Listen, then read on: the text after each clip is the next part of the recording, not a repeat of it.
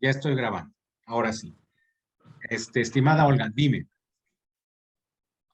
Profesor, sí es una medida cautelar que se toma para, en caso de que haya un daño o perjuicio causado al tercero perjudicado, pueda resarcirse de manera, pues, de manera económica. Por eso se pide esa garantía.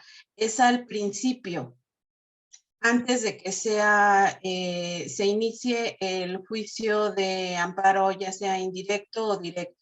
Ajá, ajá, qué bueno. Ok. Dicen al principio. Adolfo, creo que querías decir algo. Sí, profesor. Buenos días a todos. No sé si sea una medida cautelar propiamente, porque yo asocio la medida cautelar a una decisión que toma el juez a solicitud, bueno, lo que yo conozco del Ministerio Público. Aquí la suspensión del acto reclamado se puede otorgar de oficio o a solicitud de parte. Ajá. Y pues obviamente no siempre se concede, y aun cuando se concede, justo mi pregunta iba en relación a eso, porque puede otorgarse o no, incluso si el quejoso tiene cómo ofrecer garantía para el tercero que pueda resultar perjudicado, y en sentido contrario, incluso el tercero interesado puede ofrecer una contragarantía. Aquí me surge una duda y aprovecho para exponerla de una vez.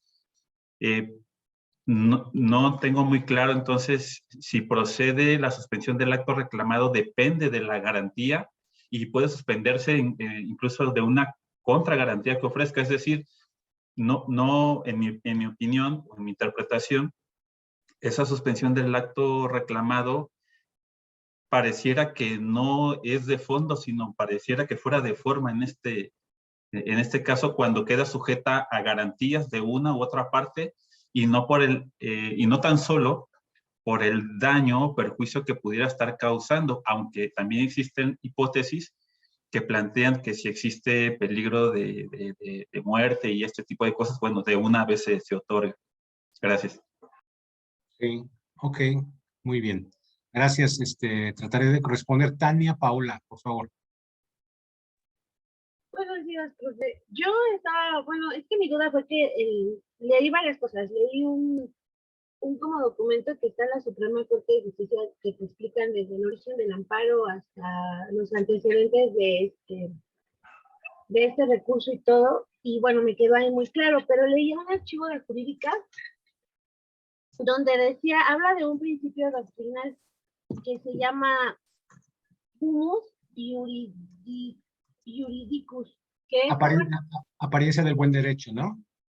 ándele, sí, y que hablaba que es un principio de fundamentación que permite descubrir, bueno, más o menos decía así, es decir, el examen preliminar de la materia de controversia para descubrir un principio de fundamentación. Ajá. Que permite al juez otorgar efectos resolutorios a medida precautoria, sin que prejuzgue sobre el fondo, que es lo que, bueno, lo relaciono con lo que mi compañero comentaba. Entonces, eso decía que, que estaba en este caso la suspensión con esa deficiencia, porque estaba lejos de realizar su finalidad de conservar la materia del amparo y evitar al quejoso daños de déficit o de imposible reparación, y que en materia penal todavía tenía un poco más de deficiencias, pero como es un artículo que escribieron en el 2002, no sé si tenga alguna razón el autor en este sentido, ¿no? Porque a mí, al menos en lo que leí de la Suprema Corte, como que me quedó más claro. Ok. Sí, hay cosas muy importantes de la Suprema Corte y hay que seguirlos constantemente, sobre todo a los magistrados y a los jueces de distrito. Este, eh, por, eh, por lo pronto les agradezco la asistencia. Nuevamente son 14 participantes. La lista no la tengo a la mano, entonces les agradezco. Probablemente en presencial ya la lleve y les lea para que se cercioren de que están ahí. No están obligados a prender su cámara, es un día inhábil. Les agradezco siéntanse en la comodidad de hacer sus preguntas a cámara cerrada. No estoy obsesionado con que, y los que estén con cámara abierta, les agradezco la confianza de ese detalle. Bueno, empecé con esta tópica relacionada con si se trata de una medida cautelar, si no se trata de una medida cautelar. Ya me preguntan cosas un poquito más técnicas y me refieren al principio de la apariencia del buen derecho. Debo yo iniciar esta pequeña explicación tomando en consideración las preguntas que ustedes en la vía del WhatsApp me hicieron favor de enviar para contestarles de la siguiente manera. Para algunos doctrinarios consideraban hasta antes del 2013 de que la suspensión del acto reclamado es una institución procesal que carecía de las características de una medida cautelar. Sin embargo, para tranquilidad de ustedes, hay muchas cosas que aclara la propia terminología de la Ley de Amparo de 2013. Por ejemplo, si ustedes se fijan en un detallito, y la Ley de Amparo actualmente habla estrictamente de plazos. Ya está dándole la vuelta al viejo e inútil debate de que si son plazos o son términos. Evidentemente, cuando el legislador dice se trata de plazos, son plazos, y si tú quieres decirles de otra manera, pues siéntete en confianza de decirle, pero la ley dice que terminológicamente es un plazo. Y en cuanto a la medida cautelar, sencillamente la propia Ley de Amparo refiere a la suspensión del acto reclamado como una medida cautelar. Los jueces de distrito, cuando obsequian estas determinaciones, aluden a la terminología de medida cautelar y no se hagan bolas, se trata de una medida cautelar. Hay muchas asesorías y muchos videos, sobre todo del Poder Judicial de la Federación. No recuerdo ahorita el nombre de la magistrada, pero se trata de la Escuela de Formación Judicial, que es una institución muy noble, que no solamente capacita a jueces y magistrados, sino capacita al público en general a través de sus videos. El semestre pasado me quedaba muy claro cómo se llamaba, no recuerdo el nombre de esta valiosa magistrada, muy joven, muy accesible, y ella hace alusión a una pequeña nota que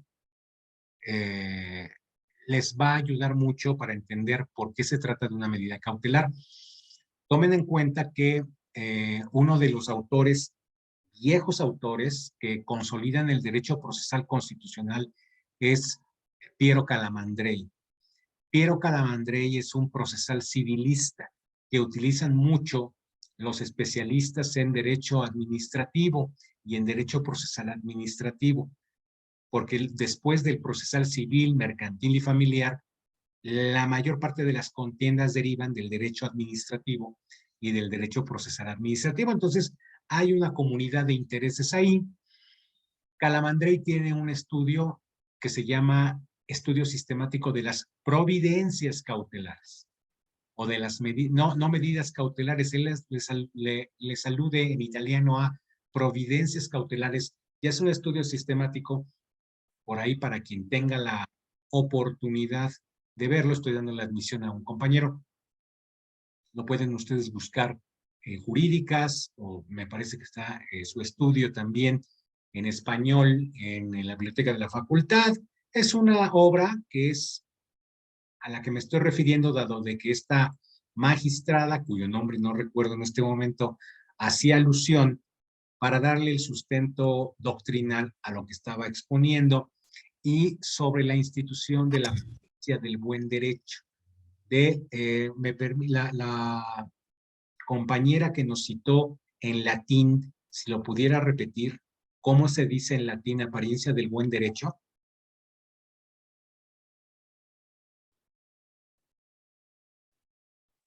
No nos escuchó, no anda por ahí. Bueno. Fumus juridicus. ¿Cómo? ¿Otra vez fuerte?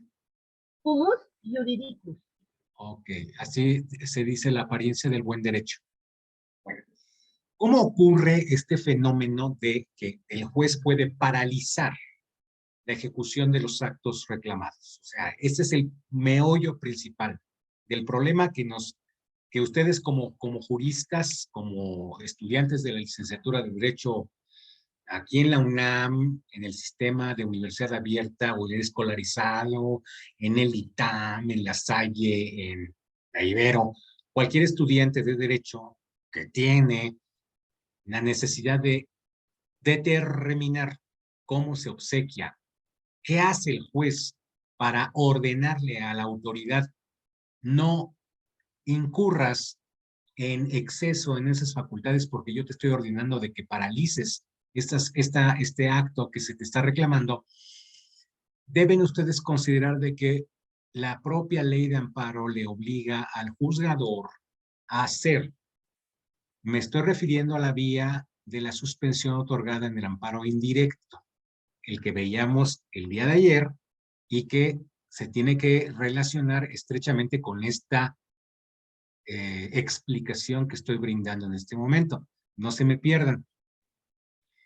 La ley le obliga al juez a hacer un ejercicio de ponderación. ¿Qué es ponderación, estimados alumnos? ¿Qué significa la palabra ponderar? Significa poner la valoración de dos derechos que se encuentran en colisión. Está muy bien. ¿De dónde? ¿Tú es de tu propia creación o de quién? ¿De dónde tomas esa definición de ponderación? Bueno, no es que sea de mi propia creación, pero creo que es de la perspectiva de derechos humanos. La ponderación de derechos se utiliza para hacer esta valoración de derechos humanos en colisión. No, sí, puede ser de derechos humanos, no lo niego, pero me parece muy precisa y acertada esta distinción conceptual que haces. A ver, Adolfo, ¿quieres decir algo? Sí, desde un concepto más matemático, si lo quisiéramos exponer así, para hacer esta analogía, significa considerar dos parámetros o elementos a través de una tabula rasa, es decir, establecer una unidad de medida para dos parámetros distintos y poder compararlos para saber cuál tiene mayor valor que otro, ¿no? Que se esté comparando en esta tabula rasa. Claro. ¿Y por qué hago yo estas afirmaciones? Aquí trato yo, lejos de seguir hablando como abogado, porque luego cuando los abogados hablan, pues ya empieza a decrecer a veces se incrementa o decrementa el nivel del debate y terminamos hablando como leguleyos. Tenemos que aludir a una vieja escuela, a un viejo problema que en filosofía del derecho se refiere a las reglas y principios. Las reglas y principios, estimados compañeros, se refieren a Gabriela, ya está, que bueno, gracias por acompañarnos, Gabriela. El debate de las reglas y principios se reduce a una cuestión importante que en filosofía del derecho algunos afirman, y Ronald Dworkin lo sintetiza muy bien en su obra, Tomando los derechos en serio. Las reglas se acatan o no se acatan, son dos rieles por donde va la locomotora y no se debe de salir de ahí. Y tiene la opción el maquinista de continuar o pararse. De la misma manera que las reglas pueden acatarse a pie juntillas o simplemente no acatarse y arriesgarse a la sanción correspondiente. Pero hay temas en donde los problemas que se ofrecen al intérprete o al operador jurídico le obligan a ponderar otra categoría de normas que son los principios para determinar cuál tiene en todo caso mayor prevalencia, para tratar de hablar en los términos matemáticos que nos indicó acertadamente Adolfo. Esta idea viene a aterrizar con mayor fortaleza con Robert Alexy y su teoría de la argumentación, respecto de la cual él afirma, y su teoría también de los, no recuerdo ahorita su siguiente obra, afirma de que la ponderación de los principios sí son posibles de ponderarse y de el intérprete u operador asignársele mayor peso uno con relación al otro, como lo dijo acertadamente tomando en consideración sus estudios de derechos humanos nuestra compañera, que nos define acertadamente en qué consiste la ponderación. Ahora bien, hago todo este rodeo para indicarles de que la ley de amparo, y para responder a la pregunta, ¿cómo es posible que el juzgador federal, juez de distrito, en el amparo indirecto ordene la paralización de los actos reclamados? La ley le obliga en el artículo 138, que lo tengo a la mano, 138, a hacer el siguiente ejercicio. Si tienen a la mano este numeral, les agradecería que nos obsequiaran la lectura del primer párrafo. Si no, aquí lo tengo. ¿Tienes tú, juzgador, que hacer una ponderación o equilibrar la balanza entre dos cuestiones normativas? La primera tiene que ver con la apariencia del buen derecho. La apariencia del buen derecho tiene que estar de un lado de la balanza y del otro lado tiene que estar que la petición del quejoso no infrinja normas de interés público ni contravenga disposiciones, no implique la transgresión de normas de interés social ni se contravengan normas del orden público. ¿Ya localizaron el artículo 138 por ahí? Sí, profesor. Dime el primer párrafo, por favor. Dice el artículo 138, movida la suspensión del acto reclamado, el órgano jurisdiccional deberá realizar un análisis ponderado de la apariencia del buen derecho, la no afectación del interés social y la no contravención de disposiciones de orden público. En su caso, acordará lo siguiente. Ya, hasta ahí. ¿Cómo hace ese análisis? Pues lo tiene que hacer a través de un ejercicio de ponderación entre la apariencia del buen derecho y la no contravención de normas que sean de interés social o de disposiciones que contravengan el orden público.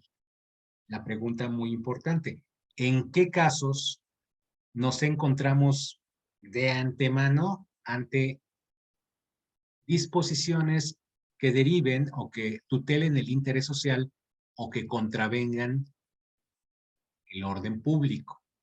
Porque de antemano hacemos este descarte. El juez tiene para hacer este ejercicio de ponderación que hacer un descarte inicial. Apariencia del buen derecho, casi o en casi todos los casos implica esta afirmación que simplifico de una manera muy pedestre, si ustedes quieren, pero directa y didáctica. Yo, juzgador, te creo lo que tú me estás afirmando así, de antemano. Te creo lo que tú me dices. Y la ley me obliga a respaldar el buen derecho que en apariencia tú tienes.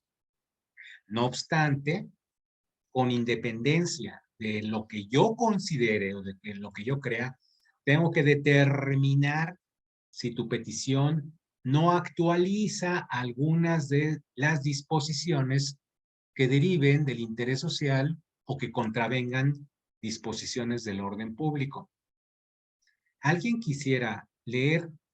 Es muy largo, pero el artículo 129 de la Ley de Amparo nos indica estos parámetros que regulan o que orientan la actuación de los magistrados o del juez que obsequia esta medida cautelar. Permítanme un minuto, por favor, un segundo, enseguida estoy con ustedes.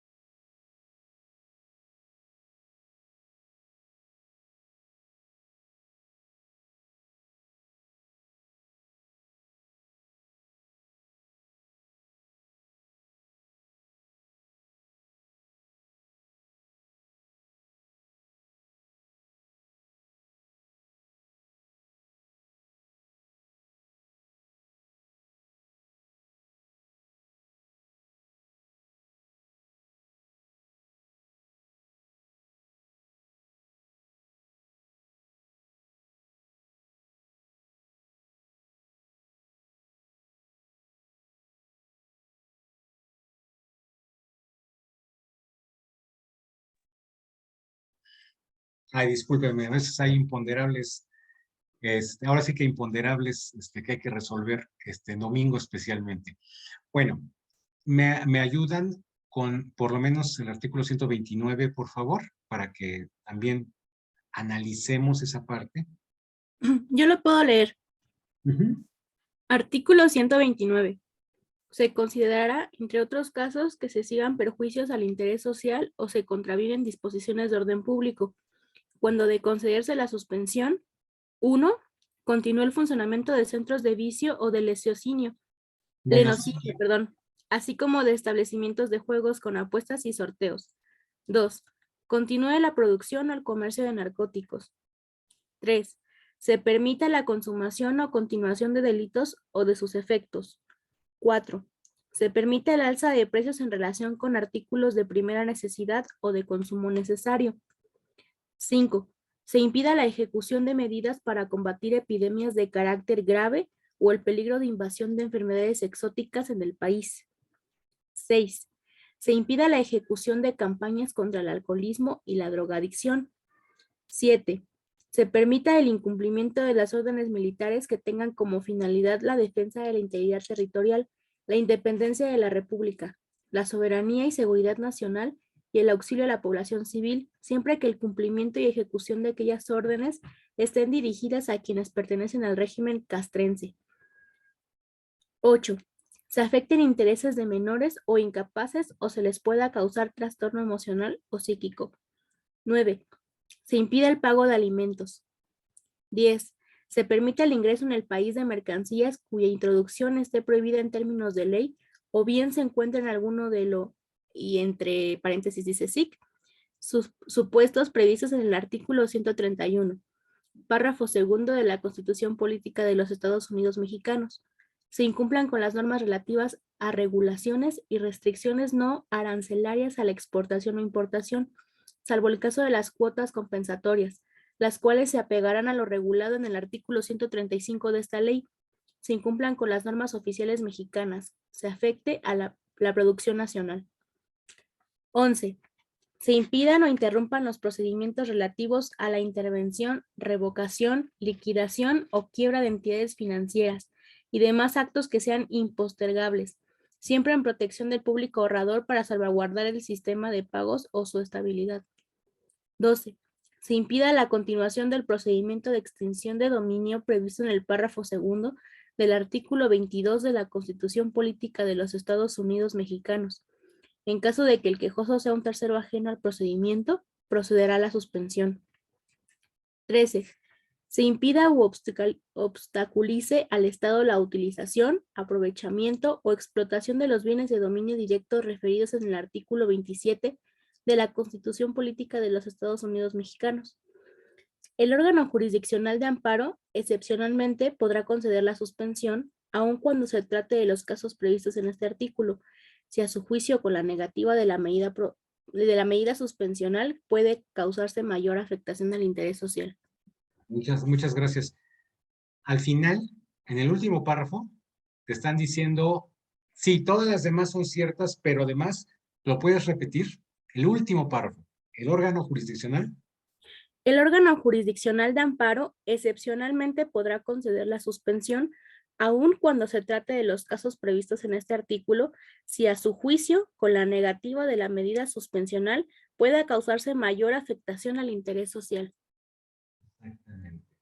Ahora, o sea, te están diciendo, todas estas cosas no, pero además, cajón desastre.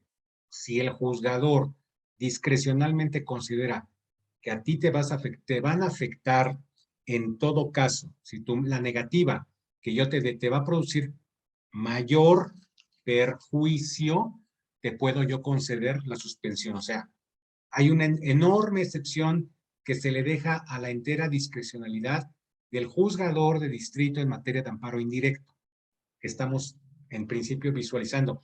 La suspensión en amparo directo es mucho más sencilla, digámoslo así, por eso estoy empezando por esta distinción. Entonces, hay que tomar en cuenta otro aspecto muy importante, que ustedes a través de las preguntas que me hacen me revela que no se han percatado. Tiene la posibilidad, la doctrina tradicional afirma, en su momento fue valedera esta doctrina tradicional, dice, la medida cautelar denominada suspensión de los actos reclamados únicamente tiene como objetivo paralizar o impedir la ejecución de los actos reclamados. Esto con la finalidad, técnicamente, de que se preserve la materia del juicio de amparo. Tania Paola Bustamante levantó la mano. Dígame. No, me espero que termine porque de eso le iba a preguntar. Le iba a preguntar porque Okay. Técnicamente, esa es la escuela tradicional, dice esto de la medida cautelar. Y dicen, siguiendo esa tesitura, o bajo esa tesitura, o bajo ese marco conceptual, dicen, sin embargo, la concesión de esa medida cautelar, llámese suspensión del acto reclamado, no debe ser con efectos restitutorios. Es decir, estoy hablando de la doctrina tradicional que ha sustentado el juicio de amparo, o sea, háblese de los autores que ustedes consideren más venerados, más seguidos, que en algún momento fueron muy importantes y que lo siguen siendo porque pues contribuyeron desde nuestra facultad a fortalecer el estudio de este tema. Pero, resulta que no es del todo acertada 2022 esta aserción, esta afirmación. ¿Por qué? Porque la doctrina también no debe olvidar de que sí es posible en la actualidad conceder la suspensión de los actos reclamados e incluso dotárseles de efectos restitutorios. Aplicación, 3 casos ilustran muy bien lo anterior. Aplicación de la vacuna Pfizer en tiempo de pandemia. El hecho de que le ordenara el juez de distrito a el organismo de salubridad o a la autoridad responsable de suministrar estas vacunaciones, esta vacuna, suministrale que no son efectos restitutorios propios de la sentencia de fondo del amparo, pero, ojo, concede la medida cautelar para que se le vacune al menor. Ojo, consideran ustedes, fíjense cómo va más adelantada el entramado constitucional al respecto. Caso, registro 202-5172, si alguien me gusta por ahí localizarlo, les agradecería. Pago de pensiones. En determinados casos, el hecho de que la suspensión de los actos reclamados se traduzca en obligar a la pagaduría de una entidad, págale la pensión. ¿Qué no estamos hablando ya de que se le están restituyendo al quejoso los derechos que en todo caso la sentencia que dicte el fondo del asunto debería de hacerlo? Y otra cosa, o algo más audaz todavía, y esto en tesis de jurisprudencia, cuando el acto reclamado ya se hubiera ejecutado. Registro 202-4344, tesis de jurisprudencia. O sea, lo estoy sintetizando para que se den cuenta de que, bueno, lo que dicen los doctrinarios de una manera muy prudente, correctamente eslabonada de manera intelectual es, esto no debería de ser. Sin embargo, sí ocurre. ¿Alguien me obsequia la lectura del artículo 147 de la Ley de Amparo, por favor?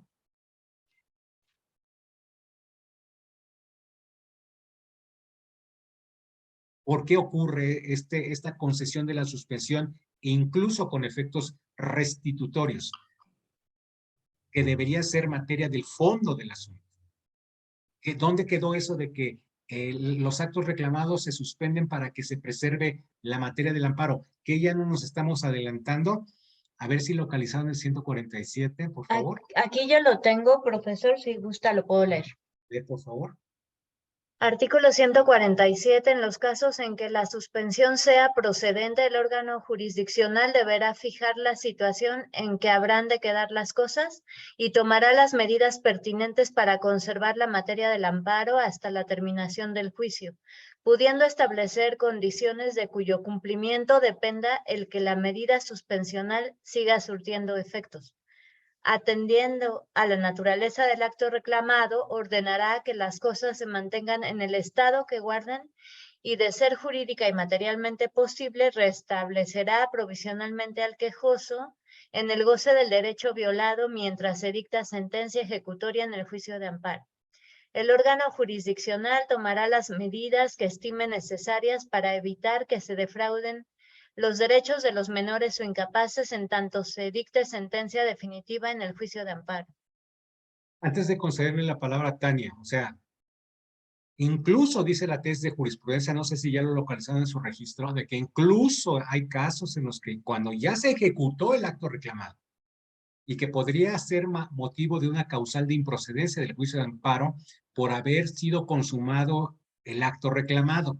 Pero incluso en ese caso, la magistratura, el juzgado federal, dice, no, un momento, sí te vamos a conceder la medida cautelar de esta forma, porque el juzgador tiene la atribución de decir, de indicar, de fijar los lineamientos sobre cómo deben de cumplirse esas medidas cautelares de tal magnitud como las derivadas en el incidente de suspensión. Estimada Tania, ahora sí dime. Perdón, profesor. Yo lo que entiendo con lo que usted nos está comentando es que ellos, bueno, en este caso el juzgado, toma diversos presupuestos, ¿no? Dentro de ellos el buen derecho, y leía yo también que algo muy importante es el peligro en la demora, que supongo que es lo referente, por ejemplo, ahorita con lo que comentaba de las vacunas, ¿no? Al ser un derecho, un derecho elemental que requiere estar protegido, como es el derecho a la salud, se otorga de una manera provisional mientras dura el procedimiento, ¿no? Por decirlo de algún modo. O como, o sí, no, así se entiende que, Por pues ellos supuesto lo que sí. otorgan porque... Sí, pues llegas con tu menor hijo y dice, oiga, no lo quieren vacunar porque dice alguien, hay un señor que trabaja en tal secretaría que no lo vamos a vacunar. Oiga, pues ordénele, señor juez. El señor juez concede una suspensión. Ahorita vamos a pasar a una tipología de suspensiones, no nada más la tradicional. Concede una suspensión de plano y de oficio. Y le dice a la Secretaría de Salud, lo vacunas porque lo vacunas, porque está en riesgo su vida del menor. Es una suspensión de plano y de oficio, así se denomina técnicamente. Adolfo, querías hacer uso de la palabra. Sí, muchas gracias. No sé si este tipo de hipótesis se habían presentado antes y por eso la doctrina no consideraba este tipo de eventos, ¿no? En el que el efecto restitutorio se diera por la suspensión del acto reclamado, pero me queda claro que por la naturaleza del acto que se reclama, no hay de otra más que hacer lo que se le está reclamando, porque no conceder la suspensión del acto reclamado significaría quedar igual. Por eso cuando la naturaleza del acto reclamado es no tengo la vacuna, pues lo único que en lo que puede pronunciarse, o más bien en lo que resulta de que el pronunciamiento de la suspensión del acto es aplicar la vacuna, porque no hay de otra. El hecho de no concederle la suspensión del acto reclamado significaría dejarlo en iguales circunstancias que fueron las que generaron justamente reclamar este acto. ¿Cómo no? ¿Cómo no? Así es, tienes toda la razón. Eso es parte de la reforma de 2013 de la ley de amparo. O sea, la anterior ley era muy conservadora como los textos legales, y a veces la jurisprudencia y la producción de los tribunales en tesis aisladas ha ido un poco más flexibilizando el rigor de la ley, pero esto es derivado de la reforma de 2013. Dice Olga González en el chat, ¿podría repetirnos los números de tesis, ¿cómo no? Estas tesis ejemplifican, insisto, la posibilidad de que se obsequien suspensiones provisionales o en su caso definitivas con efectos restitutorios.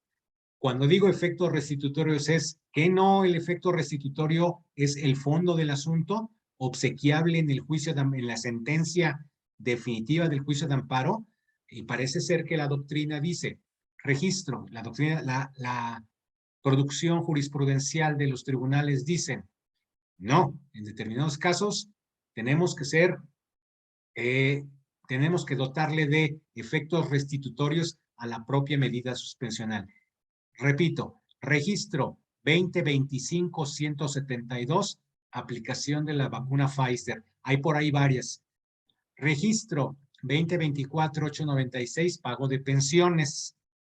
Y un registro 2024-344, tesis de jurisprudencia, incluso cuando el acto reclamado ya se hubiere ejecutado. Por lo pronto, ahí están estos registros. Ahora, permítanme compartir. Hay un tercer aspecto que ustedes tampoco están considerando, porque se están conformando. Bueno, no se están conformando, están leyendo lo que hay, pero hay que ser un poco más incisivos. Estoy tratando de... Adolfo, David, ¿quieres decir algo? ¿O dejaste la mano levantada? No, sí quiero decir algo, profesor. Dime. Primero, respecto de la suspensión del acto de reclamado que se concedió y que terminó por otorgarle la vacuna a este infante, ¿usted tuvo oportunidad de leer el informe que dio la autoridad? Porque no me extrañaría que aquí se hubiera argumentado como esos conceptos de violación, pues justamente que había un peligro de que este infante perdiera la vida. Pero yo estuve siguiendo un rato de cerca las investigaciones y desarrollos de las vacunas y justamente la aplicación de las vacunas obedeció a que la gente que se supone era más susceptible o más sensible o que estaba en mayor peligro era la gente mayor. Y se fue aplicando la vacuna justamente en ese esquema de los mayores hacia los menores porque justo se estaban desarrollando fórmulas en las que las personas más jóvenes, incluso los infantes, no tuvieran efectos secundarios que pudiera importarles también la vida de la aplicación, porque no sé si usted conoció, pero hubo alguna información ahí informal en internet y en redes sobre que había alguna gente que había perdido la vida justamente después de la aplicación de la vacuna, que no sé si se habrá demostrado o no, pero pues parece una paradoja, ¿no? O sea, yo quiero la vacuna para que mi familiar, mi pequeño no se muera, pero a cambio corro también el riesgo de que si se la aplico pueda tener algún efecto adverso que al final termine ocurriendo aquello por lo cual yo lo estoy o quisiera proteger. Entonces dejo ahí nada más simplemente el análisis de cómo si la autoridad argumentó esto o no. Por eso mi curiosidad principal era si usted había tenido oportunidad de leer el informe que otorgó la autoridad al respecto. Te agradezco la observación. Generalmente no hay que confundir el actuar o la acción gubernamental que se puede expresar en políticas públicas, en directrices normativas. No niego que ellos tuvieron razones fundadas o que les parecieran fundadas para impedir en un principio, esto es muy al principio de la pandemia, la vacunación de menores de edad. Me queda claro que ellos en estos estudios que tú estás refiriendo, dijeron no, a los menores de edad no, porque eso fue la realidad, pero la realidad, y aquí tenemos que ubicarnos en la cuestión jurídica, la realidad nos indica de que los padres de familia se movilizaron. Yo no sé de qué partido político sean, yo no sé si eran opositores, yo no sé si eran ciudadanos comunes y correctos. A mí me tocó la llamada de alguien que estaba diciendo, me ocurre esto, ¿qué voy a hacer? ¿O qué puedo hacer? O me ofrecen. Eran amparos que se formalizaban y que se promovían colectivamente, ¿sí? O sea, no es una inquietud aislada, o sea, hubo un conjunto de amparos que accionaron y que motivaron que el Poder Judicial se pusiera del lado del ciudadano. Entonces, con independencia de esos estudios que tú estás citando y que en algún momento al gobierno federal les pareció importante, probablemente previniendo reacciones secundarias o de cualquier otro tipo, con independencia de esos estudios y de la capacidad de estos funcionarios, pues el Poder Judicial llegó e hizo lo suyo. Hizo su trabajo, que era ofrecerle una garantía, el ejercicio de un respaldo, pues a los ciudadanos, que es también, de la misma manera, también pudo haber ordenado que no se les vacunaran a los menores. Pero eso sí también habría sido un enorme riesgo. Si la ley, a través de un incidente de suspensión de plano y de oficio, te está diciendo, si está en riesgo la vida de seres humanos, así sean menores, o incluso por encima de todos los menores de edad, tú tienes que conceder la suspensión de plano y de oficio, estimado Adolfo. Ese es... Me pregunto nada más, perdón profesor que me interrumpa, ¿qué hubiera pasado si hubiera sucedido lo que... No sé, en esa tesitura, no desconozco cuántos menores desarrollaron reacciones secundarias. A lo mejor fueron mínimos. De hecho, los adultos que reaccionaron en forma, que generaron algún efecto secundario, probablemente sean mínimos. La mayoría de la población no resintió ningún efecto. Y los menores, porque después el gobierno modificó la política a raíz de esta actividad. O sea, dijo, a ver, hay que vacunar a los menores. O sea, aceptó un error, corrigió. Eso es lo que yo estoy interpretando como ciudadano, ¿eh? ¿Y por qué? Porque el Poder Judicial le dijo, a ver, vacuna al menor. El gobierno corrigió. Esto es algo muy importante. Estoy tratando de hacer, compartir pantalla, pero no sé, ahorita como que no me está saliendo porque me gustaría compartirles una pantallita, pero si no puedo hacerlo, a ver, si no puedo hacerlo, pues no importa, porque yo quisiera también en esta plática que estamos teniendo, en esta asesoría, aquí está, share screen, perdón, estaba yo ocupado en otras cosas, no veía, estaba enfrente de mi cara. ¿Estamos viendo la pantalla? ¿Mi pantalla?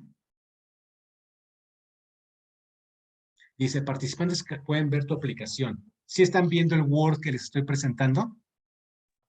Sí, profesor. Ah, muy bien. Muchas gracias. Mira, o miren, estimadas alumnas y estimados alumnos, hay el doctor Jorge Raúl García Sosa, que es un penalista forjado en el INACIPE, citado por el doctor Arturo Altamirano, refiere en alguna de sus participaciones lo que para él existe o lo que para él se puede referir a una clasificación un poco más abundante sobre los distintos tipos de suspensión que existen. Hay una suspensión de oficio y está correlacionándolo el doctor García Sosa con diversos numerales de la ley de amparo. Hay una suspensión a petición de parte, la que motiva la presentación de garantías. Hay una suspensión de oficio y de plano. Ahí pueden ver y va a quedar grabado el fundamento normativo. Suspensión de oficio de plano en el caso en los que deba obsequiarse inmediatamente sin formación de incidente previo. Hay una suspensión de oficio con incidente, según el artículo 127 de la Ley de Amparo. Ahora, suspensión, fíjate, en amparo directo, de oficio en todas las materias cuando sea procedente conforme a la ley de amparo, con excepción de la materia penal. En materia penal no, porque ahí se otorga de oficio y de plano cuando haya pena privativa de la libertad. De oficio y de plano, dado que el valor jurídico que está tutelando es la libertad. Ahí se obsequia de plano. Suspensión otorgada en vía de competencia o jurisdicción auxiliar. Ayer hacía yo alusión a lo que es la jurisdicción auxiliar. Ahí hay una suspensión también. Suspensión otorgable en vía de competencia concurrente. También es importante. Suspensión por hecho superveniente, artículo 154, y suspensión en el procedimiento de extradición. El artículo 33 de la Ley de Extradición Internacional y el 160 de la Ley de Amparo. Entonces, esta es una clasificación un poco más sofisticada, un poco más importante, que regula la institución procesal de la suspensión de los actos reclamados.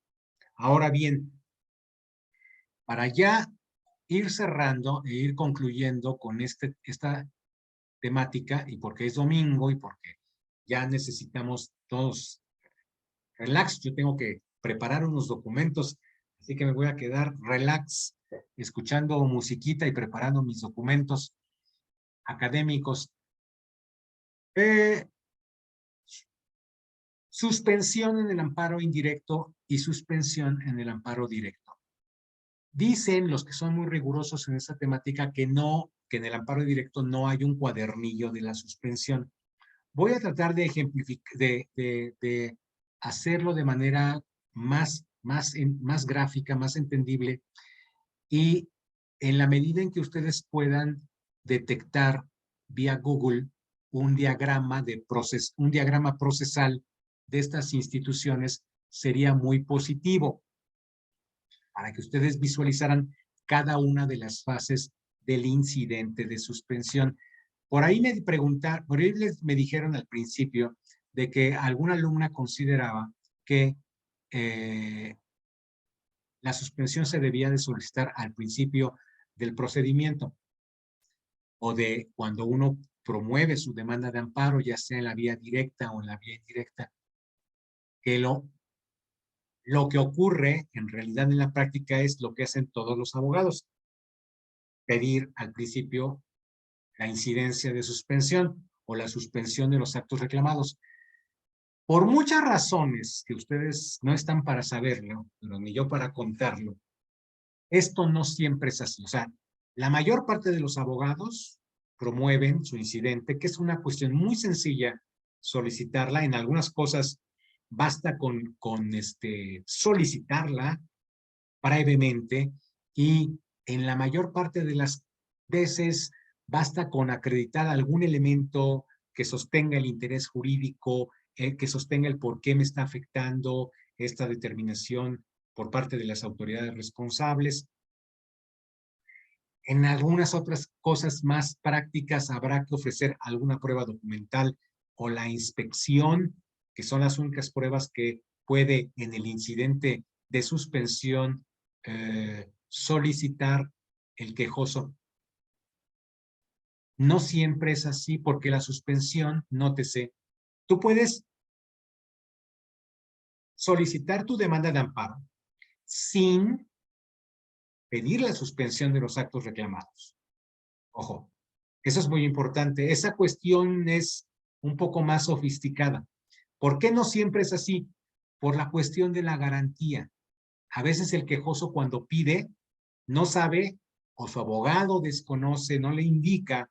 ¿Sabes que el juzgador de distrito te va a obligar a pedir, te va a obligar a exhibir una garantía económica que responda de los posibles daños o perjuicios que le puedas causar a tu contrario derivado de la promoción de este juicio de amparo?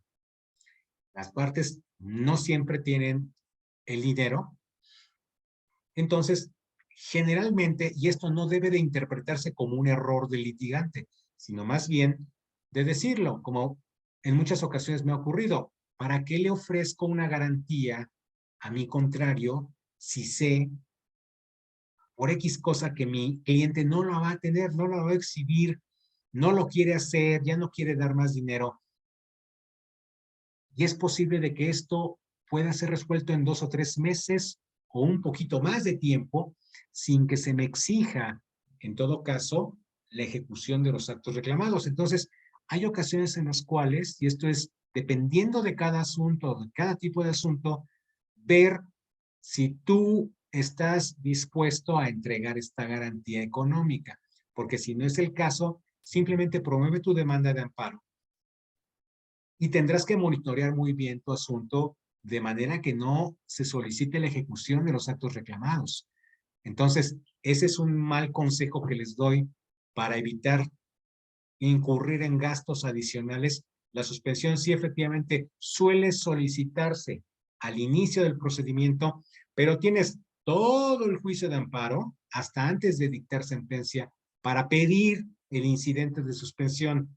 Y si esta petición de parte, estarás en el entendido de que el juzgador te va a determinar una garantía. Me preguntan, ¿cómo se determina esa garantía?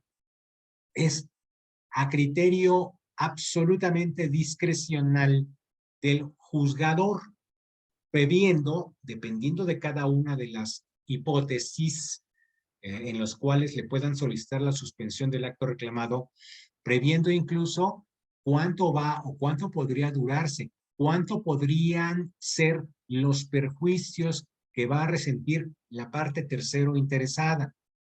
Entonces, hay casos, por ejemplo, en materia fiscal, donde ya tú tienes una garantía que tú ofreciste en el Tribunal Federal de Justicia Administrativa, misma que debería de ser valedera también en el caso de la suspensión de los asuntos de índole fiscal.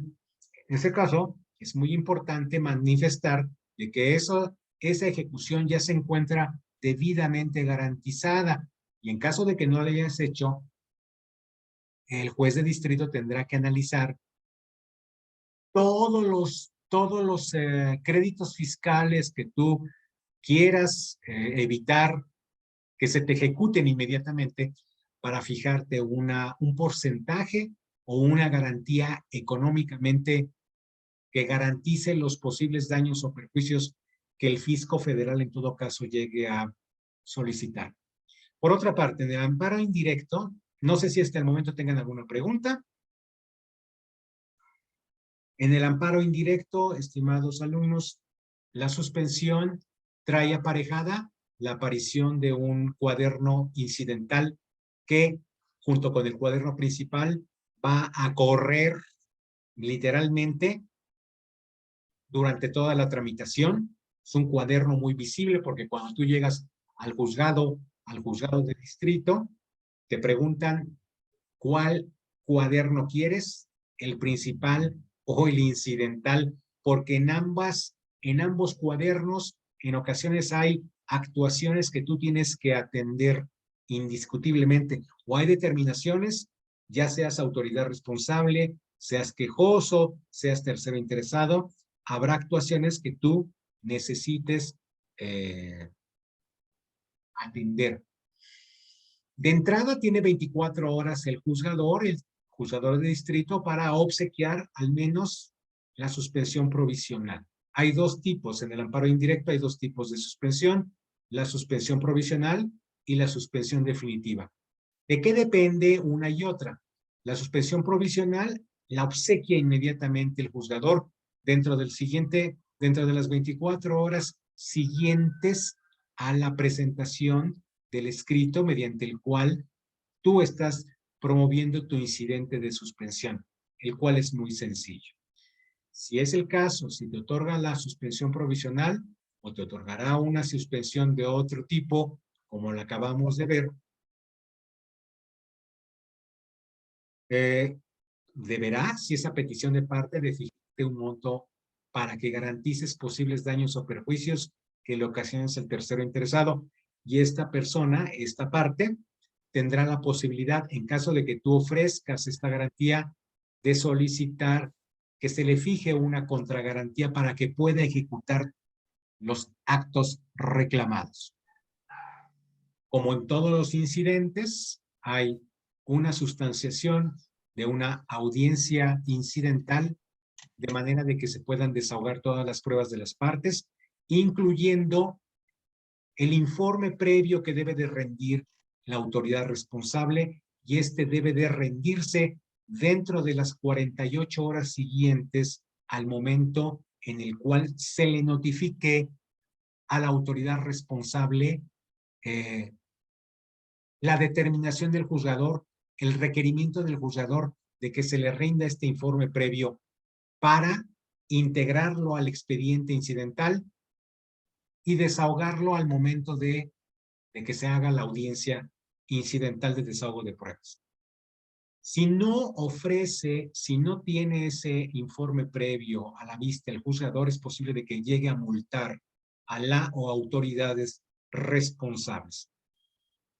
Deben tomar también ustedes en consideración en el amparo indirecto de que una vez obsequiada la suspensión provisional y notificada a la autoridad responsable del mismo, está obligada a cumplir la determinación del juzgador.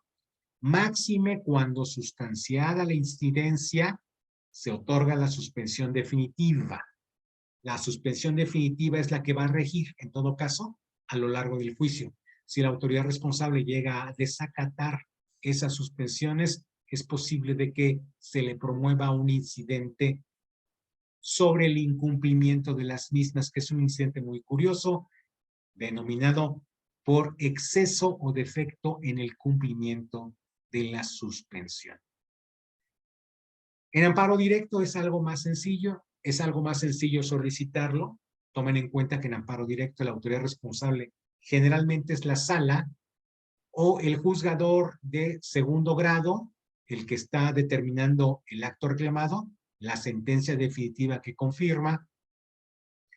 Se transforma una vez que por su conducto promuevas tu demanda de amparo. No es como en materia de amparo indirecto, donde hay que ir a buscar al juzgado de distrito en la oficialía de partes común. En el amparo directo debes de presentar tu demanda ante la autoridad responsable, y si ahí solicitas ante la sala civil, por ejemplo, que dictó la sentencia de segunda instancia, si es ante ella y ante ella vas a solicitar el incidente de suspensión, la autoridad responsable debe de proveer tu incidente de suspensión accediéndote al mismo o negándolo, porque también lo puede negar, y si accede al mismo, debe de fijarte también una garantía. Dime, estimado Adolfo. Sí, me parece que en los casos en los que no se ofrece este informe que se le requiere a la autoridad responsable, para el caso del Congreso de la Unión, me parece que no hay ningún tipo de sanción al respecto, según leía anoche la ley de amparo, porque es la única autoridad a la que no se le sanciona, de lo que pude leer. Ok, estoy totalmente de acuerdo. Bueno. Y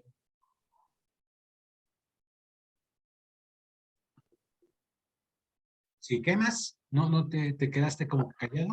sí, porque iba a hablar de usted, pero ya tarde me fue la idea de lo otro que iba a comentar. Bueno, Noemí anda por ahí. Profesor. Bueno, te acabo de responder cómo opera la contragarantía que señala el artículo 133. No sé si te quedó clara la respuesta. Sí, profesor. Muy bien. ¿Quiénes son los núcleos de población a quienes no se requiere la garantía? Son los sujetos de derecho agrario. Generalmente a ellos son privilegiados. El amparo que ellos promuevan es privilegiado en muchos aspectos. Si hay un poco de tiempo en la planeación, haré alusión a algunos aspectos relativos al mismo. Los alegatos de María del Carmen, espero entender bien, me está refiriendo a alegatos, no me está refiriendo a conceptos de violación. Y un alegato es la formulación de una idea o de la expresión del ejercicio de una manifestación de una de las partes. Olga González levantó la mano. Sí, profesor, nada más para pedirle nuevamente los registros de las tesis. Ya lo dije, hay una grabación de por medio que pondré en mi página de YouTube. Ah, ok. Con mucho gusto, estimada alumna, ya lo repetí, pero por ahí la vas a encontrar. Es más, para no ser tan, para no dejarte en ascuas, con mucho gusto. A ver, vamos a ver. Es el registro 2025-172, aplicación de vacuna Pfizer. Registro 2024-896, pago de pensiones. Registro 2024-344, jurisprudencia, cuando incluso el acto reclamado ya se hubiera ejecutado. Bueno, Olga González, ya le contesté. Muchas gracias, profesor. Ya tomé nota. Muy bien. Bueno, pues ya son 10:16. No sé si alguien tenga alguna pregunta, algo más que manifestar, pero pues ahora sí de que me he sentido muy contento de estar con ustedes, de que me hayan seguido. Tania Paola Bustamante, dígame, por favor. Perdón, profe, nada más tengo una duda. Ahorita que nos dio los tipos de suspensión, no se me ocurre o no sé si me podría apoyar en darme un ejemplo de la suspensión sin materia, la que viene en el artículo 134. La suspensión sin materia. O sea, habla ahí de que cuando una persona promueve un amparo que ya fue resuelto en un amparo anterior, algo así, bueno, eso fue lo que leí en el artículo, pero está, digamos, conectado, tiene una conexión. Ajá, a ver, a ver. Se le denomina No, a ver, espérame. 134, a ver, 134 de la ley de amparo, ¿lo tienes en la vista? Sí. A ver, léemelo, por favor. Espérame, porque me salí de la lista. Sí, y debe ser de la ley de amparo de 2013, por favor. Checo que sea la de... Entonces no está actualizada, compañera. Por eso Tiene que leer la de 2013, la nueva ley. Yo en la normativa, en el Google Classroom, se las envié. No está actualizada, entonces, pues, con mucho gusto, cuando planteé muy bien, con elementos actualizados su pregunta. Muy bien. ¿Alguna otra pregunta más? Bueno, pues, pues gracias por acompañarnos, por acompañarme. Las siguientes preguntas, las asesorías siguientes son en el orden del amparo indirecto, el amparo directo, los recursos, la sentencia, ya vamos a terminar, los trabajos que se les ha pedido, pues ahí siguen las asesorías, pues si tienen dudas sobre la materia, pues expresen sus dudas, participen, y con mucho gusto estoy a sus órdenes. Entonces, pues, queridas y queridos alumnos, pues buen domingo, que descansen. A los que hagan puente, pues buen puente. Entonces, pues nos vemos el sábado. Muchas gracias. Muchas gracias, profesor, por su tiempo. Gracias, profe. Muchas gracias, profesor. Hasta luego. Gracias. Gracias, profe.